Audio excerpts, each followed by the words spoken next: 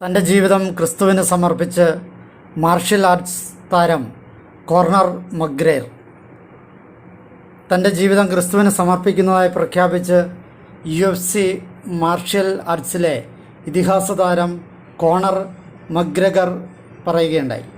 ഉത്തേജക പരിശോധനകൾക്ക് ഹാജരാകാത്തതിനെ തുടർന്ന് 18 മാസത്തെ സസ്പെൻഷന് ശേഷം വിവാദ നായകനായ മാറിയ ലൈറ്റ് വെയ്റ്റ് ചാമ്പ്യൻ കായിക രംഗത്തേക്ക് മടങ്ങി വരുന്നതിനിടെയാണ് ക്രിസ്തുവിശ്വാസം ഉറക്കെ പ്രഖ്യാപിച്ച് രംഗത്ത് വന്നിരിക്കുന്നത്.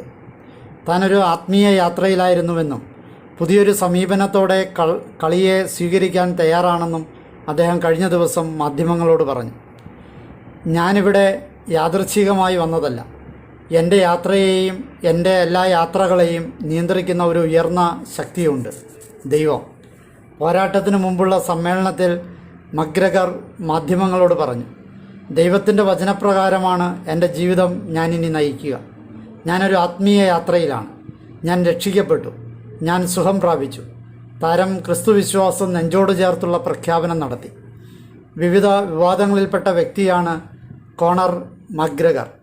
മയക്കുമരുന്ന് ഉപയോഗവും ബലാത്സംഗ ഭീഷണിയും ഉൾപ്പെടെ നിരവധി തവണ വിവാദങ്ങളിൽപ്പെട്ട മാർഷ്യൽ ആർട്സിലെ ഇതിഹാസ താരത്തിൻ്റെ മാനസാന്തരപ്പെട്ടുള്ള തിരിച്ചുവരവിനെ കായിക ലോകം ഏറെ പ്രതീക്ഷയോടെയാണ് നോക്കിക്കാണുന്നത്. ക്രിസ്തുവിശ്വാസത്തിലേക്കുള്ള മടക്കം പങ്കുവച്ചുള്ള അദ്ദേഹത്തിൻ്റെ വീഡിയോ ശ്രദ്ധ നേടിയിരിക്കുകയാണ്.